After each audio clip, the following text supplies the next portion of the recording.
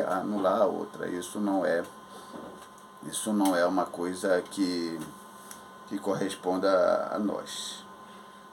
Aqui tem um texto que fala: o apóstolo Paulo não foi para plantar igrejas locais, mas para discipular, ensinar a igreja de Éfeso, formar, treinar obreiros para a seara do Senhor. Ele ficou ali durante 3 anos. Isso aqui é no tópico 2, o crescimento numérico. Então ele estava ali para ensinar, para fazer as pessoas entenderem aquele evangelho, e de forma bem aprofundada. E aí ele fez esse trabalho, 3 anos. 3 anos para um curso sério de teologia, é um médio em teologia. Mas quando eu falo estudar e ser médio em teologia, não é a teologia de hoje em dia, que você estuda uma vez na semana e depois você se forma, você diz que é básico, você é médio, você é bacharel. Não. Existia um tempo que se estudava todos os dias. Entrava às 19 horas e saía aí às 22 horas, ou 22 horas e meia, e era estudo. Entrava um professor, saía outro professor, e pesquisa, e era muito estudo. Eu estudei muito. E eu posso te afirmar que eu não sei nada. E eu imagino aquele que só estuda uma vez na semana. Tem que estudar muito para entender e para aprender a palavra do Senhor. Eu sempre falo para meus alunos: quanto mais conhecimento eu penso ter, mais ignorante eu me sinto. É porque a palavra de Deus tem uma profundidade muito grande. Quanto mais nós estudamos, mais queremos aprender, mais queremos da palavra, porque aprendemos uma questão, e aí chega um tempo, essa questão fica ultrapassada, porque existem pessoas que o Espírito Santo vai iluminando, e essas pessoas vão crescendo cada vez mais. Porque eu vou falar uma coisa para vocês: não existe revelação da palavra. Quem pensa que vai abrir a Bíblia aqui sem ter estudado e ter revelação da palavra é mentira, isso não é verdade. A palavra já foi revelada. O que nós entendemos? Existe o pré-bíblico, em que as pessoas foram reveladas a palavras a eles, foram quase 40 autores, foram inspirados, a palavra veio a eles, fechou-se o canon, e aí vem o pós-bíblico. As pessoas no pós-bíblico, como eu e você que está me vendo aqui, quando lemos a palavra não é revelada. O que acontece é que, quando lemos a palavra, acontece a iluminação, e aquela palavra que às vezes não é compreendida, mas pela iluminação do Espírito Santo, ele nos faz entender, e aí passamos para as outras pessoas essa iluminação. A palavra não pode ser revelada 2 vezes. Deus me revelou a palavra. Mentira. Ela foi revelada só uma vez. O que aconteceu é que você foi iluminado para entender aquele texto e passar para outra pessoa. Tem pregador que chega: Deus me revelou a palavra. Tá bom, então pega o teu nome lá e coloca lá mais como um dos escritores da Bíblia. Você sabe, o canon já foi encerrado e nenhuma pessoa mais pode acrescentar ou tirar o que já está. Essa é a grande realidade. Então você foi iluminado pelo Espírito Santo para entender aquele texto.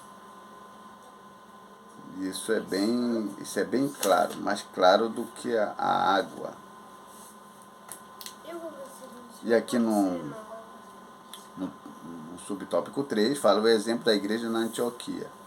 Aí fala aqui que Barnabé, ao se deparar com os gregos, grupo de gregos convertidos, ele concluiu que ninguém seria melhor do que Saulo para ensinar esse novo crente do costume estranho.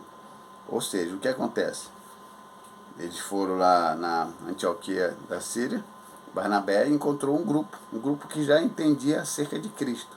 Quem foi que pregou a eles? Com certeza alguns dos discípulos de Jesus de outros lugares que foram para lá e pregaram. Sei que eles tinham um entendimento. Só que eles precisavam de mais instruções. Barnabé não viu pessoa melhor do que Paulo para continuar as aulas com aquelas pessoas e instruí-los concernente ao Evangelho.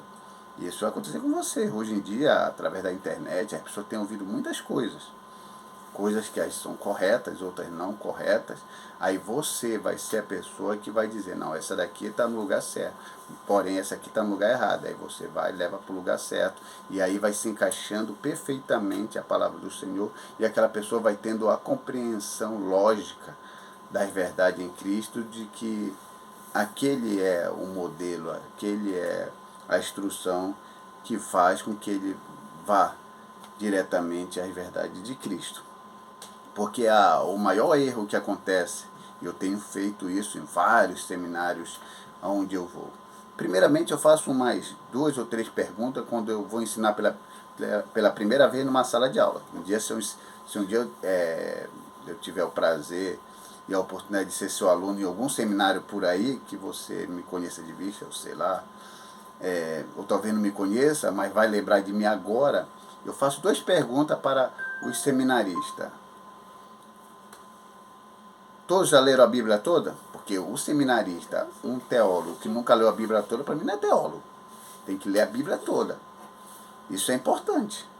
Segundo, eu pergunto que a maioria não sabe responder. Qual é o método teológico que vocês estudam aqui? Qual é a teologia que vocês estudam aqui? Eles não sabem. Aí uns tentam definir. Não, teologia vem de 2 vocábulos gregos, tel, Deus, logia, estudo. Não estou perguntando esse significado da palavra, estou perguntando o método de estudo. Qual é o método de estudo que vocês estão usando aqui? E interessante como a maioria dos seminários, para falar a verdade, nenhum conseguiu responder corretamente. Qual era o método teológico que eles estudam?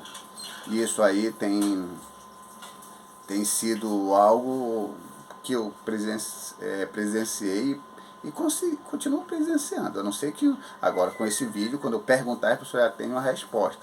Mas eu digo para vocês, existe o método indutivo e indutivo. E o especulativo e assim por diante. Mas, então qual é o método teológico que nós ensinamos? Porque o dedutivo parte do geral para particular. Ou seja, o indutivo é assim, ele lê um texto, mas ele que tem a ideia. Então ele coloca a ideia no texto, ou seja, ele tem uma ideia, mas ele precisa de fundamento para aquela ideia, então ele pega a Bíblia como base. É por isso que é dedutivo, que é muito perigoso, a chance de se surgir uma heresia aí é muito grande. Então, qual é o nosso método? Nosso método é indutivo. Por que indutivo? Porque parte do particular para o geral, não é do geral para o particular como é dedutivo. O indutivo é do particular para o geral, ou seja, a palavra do Senhor nos oferece a ideia, a palavra do Senhor é a base de tudo e nós simplesmente lemos e a pegamos como base para a nossa vida cristã. E isso aí faz nós crescermos na fé, porque a palavra do Senhor é a fonte. E até isso as pessoas não sabem aí fora. As pessoas sabem, mas não sabem responder na hora quando nós perguntamos. Qual é o método de estudo que você estuda? Qual é o tipo de teologia que você estuda aqui? A pessoa não sabe. Mas é exatamente isso aí. Estudar a palavra do Senhor é coisa séria. Você quer estudar a palavra do Senhor? Como eu falei, vá para um lugar, lê a palavra do Senhor e leve uma caneta, um lápis, anote tudo. Tem que escrever. Porque quando você escreve, você vai guardando da mente. Não é digitar, que aí você guarda na mente do computador, não. É escrever aquilo que é interessante, aquilo que é importante, escrever, que nós chamamos de anotações.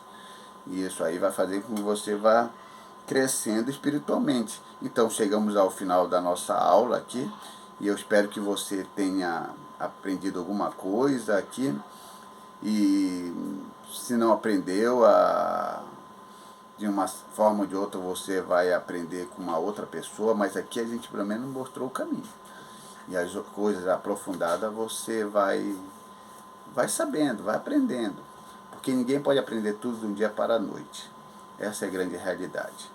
E eu espero que Deus te abençoe e que você venha a se inscrever no nosso canal e também vai divulgando também os vídeos para que outras pessoas venham entender e aprender a palavra do Senhor. Que Deus abençoe a todos em nome de Jesus.